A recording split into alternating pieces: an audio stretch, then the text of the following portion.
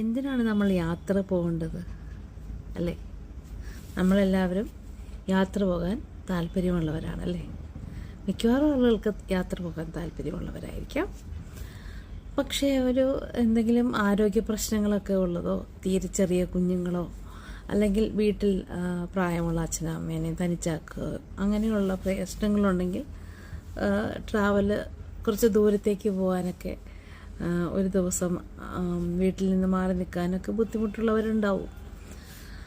അപ്പം ആക്ച്വലി ട്രാവലിങ്ങിൻ്റെ ഒരു ഇമ്പോർട്ടൻസ് എന്നെ സംബന്ധിച്ച് ട്രാവലിംഗ് എന്ന് പറയുന്നത് ഈവൻ എ സോളോ ട്രാവൽ, ഞാൻ ചിലപ്പോൾ ബസ്സിലോ ട്രെയിനിലോ കയറി യാത്ര ചെയ്യും. അതല്ലെങ്കിൽ ചിലപ്പോൾ ഞാൻ കുറച്ച് നടക്കാൻ പോകും. ഇത്രയും പോലും എന്നെ സംബന്ധിച്ച് ഒരു ബ്യൂട്ടിഫുൾ ട്രാവലാണ്. അതായത് ഞാൻ ഇരിക്കുന്ന മുറിയിൽ നിന്ന് ഒന്ന് പുറത്തേക്ക് പോയി തിരിച്ചു വരുന്നത് തന്നെ ഒരു പ്ലഷറബിൾ തിങ്ങാണ്. പിന്നെ നമുക്ക് കാണാത്ത സ്ഥലങ്ങൾ കാണാൻ പോകുന്നത് നമുക്കൊരു നല്ലൊരു എൻജോയ്മെൻ്റാണ് അല്ലേ? അപ്പം ഒരു ചേഞ്ചാണ്. നല്ല സ്ട്രെസ്സായിരിക്കും ഇന്നത്തെ കാലത്ത് മിക്കവാറും ഓഫീസിൽ ജോലി ചെയ്യുന്നവർ, അത് ഏത് ഏജ് ഗ്രൂപ്പിലുള്ളവരും. തീരെ ചെറിയ കുട്ടികൾ, അതായത് ഒരു 10-25 വയസ്സുള്ള കുട്ടികളൊക്കെ ഇന്നത്തെ വർക്ക് ചെയ്യുന്നതാണ് IT ഫീൽഡിലൊക്കെ. അതുപോലെ മുതിർന്നവരാണെങ്കിലും.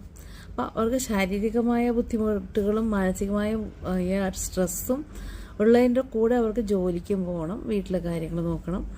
അതുപോലെ വീട്ടിലിരിക്കുന്ന ഈവൻ ഹൗസ് വൈഫായിട്ടുള്ളവരാണെങ്കിൽ വീട്ടിലെ കാര്യങ്ങൾ മാത്രം ചെയ്തുകൊണ്ട് ഫാമിലിയെ നന്നായി കൊണ്ടുപോകാനുള്ള തത്രപ്പാടിൽ ഇങ്ങനെ ഇരിക്കുമ്പോൾ ഒരാശ്വാസമാണ് ഈ ട്രാവൽ എന്ന് പറയുന്നത്. അപ്പോൾ ട്രാവൽ എന്ന് പറയുന്നത് നമ്മുടെ എല്ലാവർക്കും സ്വിറ്റ്സർലൻഡിലോ അല്ലെങ്കിൽ എല്ലാവർക്കും US ഒക്കെ പോയി ട്രാവൽ ചെയ്യാനുള്ള സാമ്പത്തികമൊന്നും ഉണ്ടാവില്ലല്ലോ. അപ്പോൾ നമ്മൾ ചെറിയ ചെറിയ ട്രാവലെങ്കിലും ഒന്ന് പോകുന്നത് ഈ ഹസ്ബൻഡും വൈഫും കുഞ്ഞുങ്ങളുമായിട്ടുള്ളൊരു ബോണ്ടിങ്ങിനൊക്കെ നല്ലതാണെന്ന് എനിക്ക് ഫീൽ ചെയ്തിട്ടുണ്ട്.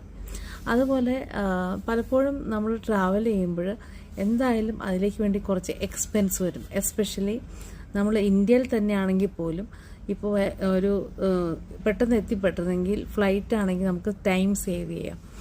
ട്രെയിൻ ആണെങ്കിൽ കുറച്ചുകൂടെ സമയമെടുക്കും. എന്നെ സംബന്ധിച്ച് ഞാൻ ട്രെയിൻ യാത്ര ഇഷ്ടപ്പെടുന്നവരാണ്. എങ്കിലും പെട്ടെന്ന് എത്താൻ വേണ്ടി ഫ്ലൈറ്റ് നല്ലതാണ്. അപ്പം അങ്ങനെ നമ്മൾ ഈ എക്സ്പെൻസ് ആണല്ലോ ആദ്യം കണ്ടെത്തേണ്ടത്. അപ്പം ഞാൻ ഇന്ന് എനിക്ക് എൻ്റെ സ്വിറ്റ്സർലൻഡ് പാരീസ് യാത്രയിലെ അനുഭവങ്ങൾ ഷെയർ ചെയ്യണമെന്ന് ആഗ്രഹിക്കുന്നു.